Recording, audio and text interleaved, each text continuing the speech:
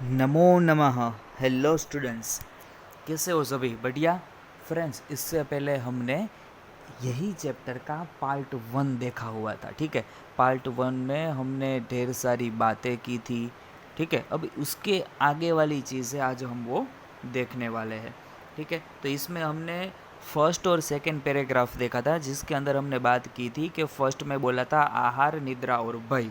Second में बोला था सामाजिक व्यवहार। ठीक है, अभी जो थर्ड वाला है उसके अंदर हमें दिखाई दिया है सुरापानम, अक्षक्रीडा, तमाकू भक्षणम, चौरकर्म इत्यादीनी दुर्व्यसनानि मानव जीवने आवर्तभूतानि संति। मतलब क्या बताया यहाँ पे कि सुरापानम का मतलब होता है दारू पीना, जो ड्रिंक करते हैं वो। ठीक है, उसके बाद दूसरा हमें यहाँ पे बताया वो है अक्षक्रीडा।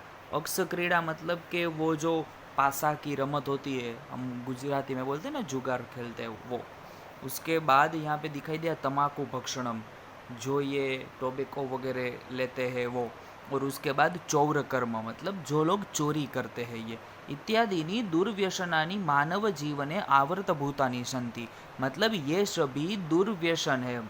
और वो आवर्तभूत, आवर्तभूत यानी कि वर्लपूल के समान है। वर्लपूल आपको मालूम है ना, गोल गोल जो घूमता है वो, इसके समान ये दुर्व्यसन है। ऐसु पतितो जन, हाँ मतलब इसके अंदर जो भी आदमी पड़ा है, जो भी आदमी इसके अंदर आया हुआ है, वह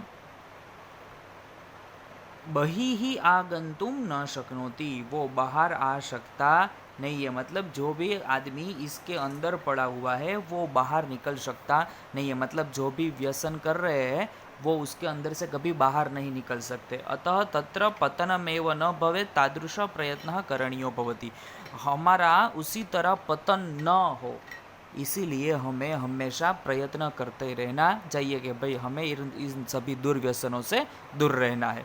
ये जनाः व्यसनेषु पतिताः सन्ति ते तरन्तः अपि एकस्मिन् स्थाने परितः भ्रमन्ति।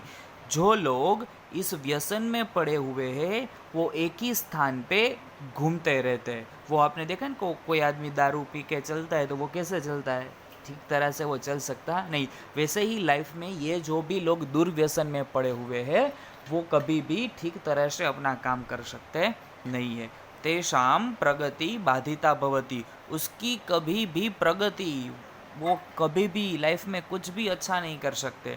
ततस्ते सुखादि रूपम संसार समुद्रम प्राप्तुम न अर्हति, अतः वे लोग कभी भी सुख रूपी संसार को प्राप्त कर सकते नहीं है। और लास्ट पैराग्राफ, फोर्थ बात, परिवारात प्रतिमुखत्व नदी जल वियोग, मतलब जो परिवार से जो लोग अलग हो गए तो वो नदी की तरह होते हैं। किस तरह? तो यहाँ पे हमें दिखाई दिया सामान्यतया परिवारे निवसन्तः एव वयम संसार समुद्रम प्राप्तुम समर्थः। भाई हम सभी अपने घर में सभी मेंबर्स के साथ रहेंगे तब ही हम अच्छी तरह से संसार में जी सकेंगे। परंतु यदि कश्चित् जनः स्वार्थवशात् क्रोधवशात् वा परिवारात् प्रतिमुखो भवति सोऽपि नदी जल वियुक्तः कदाचिदपि ज्ञानेन सुखेन पूर्णम आनंदमयम संसार समुद्रम न प्राप्नोति। लेकिन जो बंदा अपनी तरह से किसी भी स्वार्थ के लिए या गुस्से मतलब क्रोध के साथ वो अपने परिवार को त्याग देता है, तो वो आदमी ठीक तरह से अपने परिवार के साथ नहीं रहता, तो वो अभी सुख रूपी संसार समुद्र को प्राप्त कर सकता नहीं है। इसलिए लास्ट लाइन बताई, चतुर्भ्यः विघ्नेभ्यः रक्षिताः जनाः एकस्मिन् स्थाने बराबर आनंदपूर्णम संसार समुद्रम अवश्यम प्राप्नुम अवंती। मतलब ये जो 4 विघ्न है वो हमारी लाइफ में नहीं होते तो हम भी अच्छी तरह से अपना काम कर सकते हैं और अपनी लाइफ एकदम ठीक तरह से निभा सकते हैं। तो यह बात हमें यहाँ पे बताई। तो फ्रेंड्स, ये जो पूरा चैप्टर है उसके अंदर हमें टोटल कितनी बात दिखाई दी? तो मुख्य कितनी बात यहाँ पे बताई दी? 4 टाइप्स दिखाई दी यहाँ पे। कौन से? देखो, पहले यहाँ पे हमें बताया कि जो लकड़ी का टुकड़ा है, ठीक है, वो किनारे के पर आ जाएगा तो वो ठीक तरह से समुद्र तक नहीं पहुँचेगा।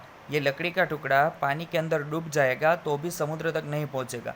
ये लकड़ी का टुकड़ा वर्लपूल में, मतलब ये जो पानी गोल गोल होता है उसके अंदर फंस जाएगा तो भी ये समुद्र तक नहीं पहुंच सकता, और ये एक नदी से दूसरी नदी में चला जाएगा तो भी वो समुद्र तक नहीं पहुंच सकता। इसी तरह हम जो आदमी हैं उसको भी 4 तरह के विघ्न होते हैं। फर्स्ट आहार, निद्रा और भय, वो तीनों जरूरी है, लेकिन ज़रूरत से ज़्यादा हो जाए तो मुश्किल हो जाती है। दूसरा बोला सामाजिक व्यवहार, मतलब सोशल का, जो भी काम करते हैं वो अपनी शक्ति के हिसाब से करना चाहिए, शक्ति से ज़्यादा करना चाहिए नहीं, वरना वो भी अच्छी तरह से अपनी लाइफ बिता नहीं सकते।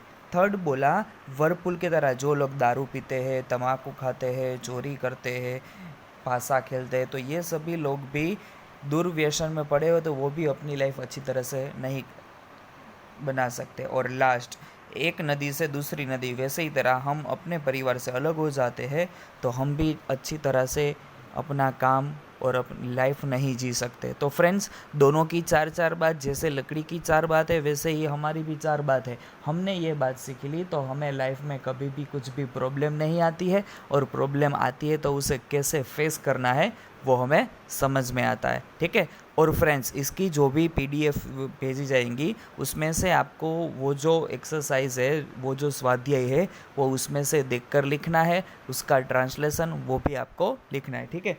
और बाद में नए वीडियो के साथ मिलेंगे। Thank you. जय हिंद।